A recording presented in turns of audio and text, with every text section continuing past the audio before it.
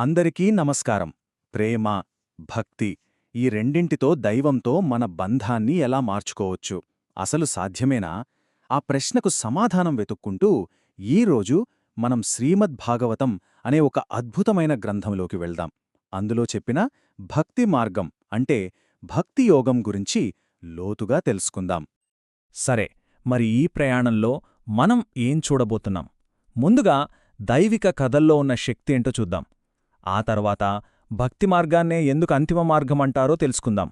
ఇంకా మనకు తెలియని గురువుల నుంచి జ్ఞానం ఎలా పొందొచ్చో, ఒక భక్తుడి మనస్సెలా ఉంటుందో, చివరిగా మన భక్తికి భగవంతుడు ఎలా స్పందిస్తాడో వీటన్నింటినీ వివరంగా చర్చిద్దాం.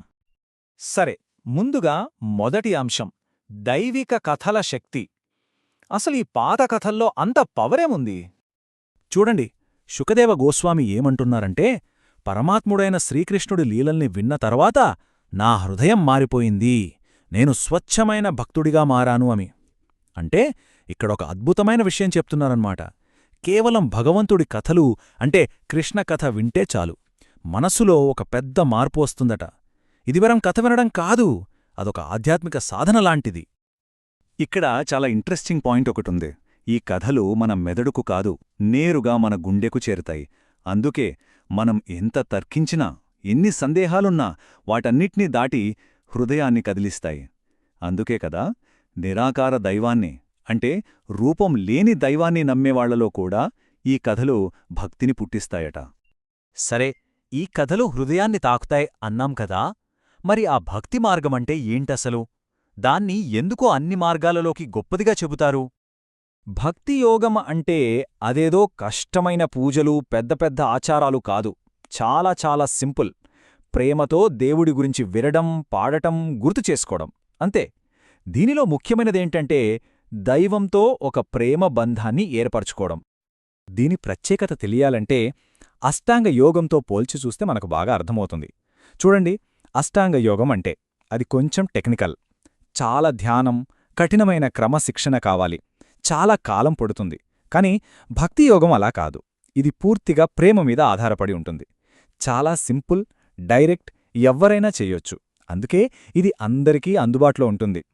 దీనికొక పర్ఫెక్ట్ ఉదాహరణ ఖట్వాంగ మహారాజు కథ. ఆయనకు బ్రతకడానికి కేవలం 48 నిమిషాలే టైముంది. ఆలోచించండి, జస్ట్ 48 నిమిషాలు. ఆ కాస్త సమయంలోనే తన మనస్సుని పూర్తిగా కృష్ణుడిమీద పెట్టి మోక్షం సాధించాడు. దీన్ని బట్టి మనకేమర్థమవుతోంది? మనం ఎన్ని సంవత్సరాలు సాధన చేశామన్నది కాదు, ఎంత ఏకాగ్రతతో, ఎంత ప్రేమతో చేశామన్నదే ముఖ్యం, ఒక్క క్షణమైనా సరే. సరే, భక్తి ఇంత గొప్పది, ఇంత సులభమంటున్నాం. మరి దీన్ని మన జీవితంలోకి ఎలా తెచ్చుకోవాలి? దీనికి ఎవరైనా గురువు కావాలి కదా? అవును, కావాలి.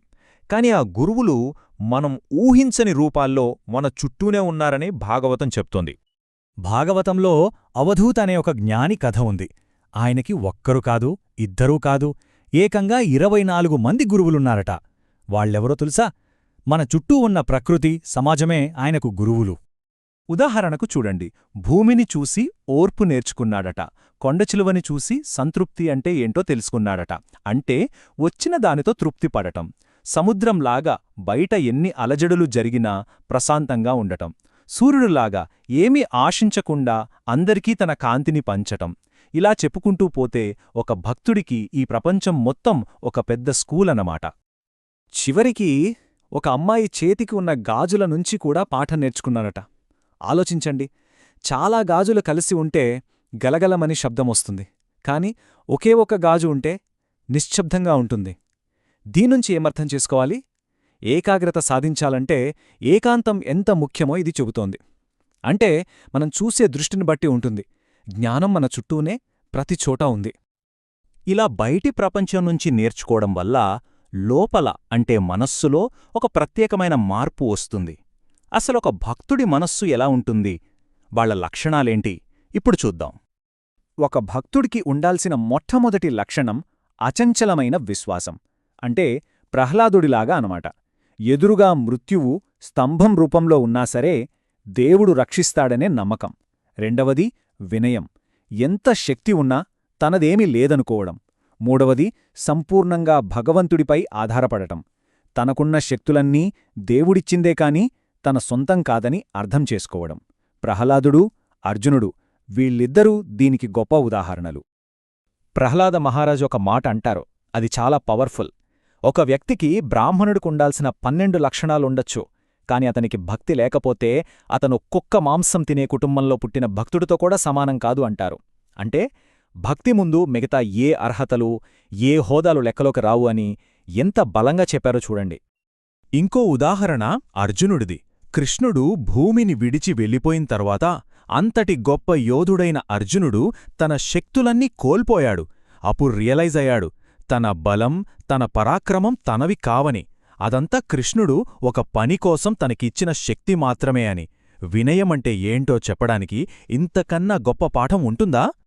సరే, ఒక భక్తుడు ఇంత విశ్వాసంతో, ఇంత వినయంతో ఉన్నప్పుడు మరి భగవంతుడు ఎలా స్పందిస్తాడు, ఎలా బదులిస్తాడు? ఈ ప్రశ్నకు భాగవతంలో ఒక అద్భుతమైన పోలికతో సమాధానం దొరుకుతుంది. ఆ పోలికేంటంటే, మనం ప్రేమతో, భక్తితో వెళ్తే భగవంతుడు చల్లని వెన్నలా, మృదువుగా, మనసుకు హాయిగా ఉంటాడట.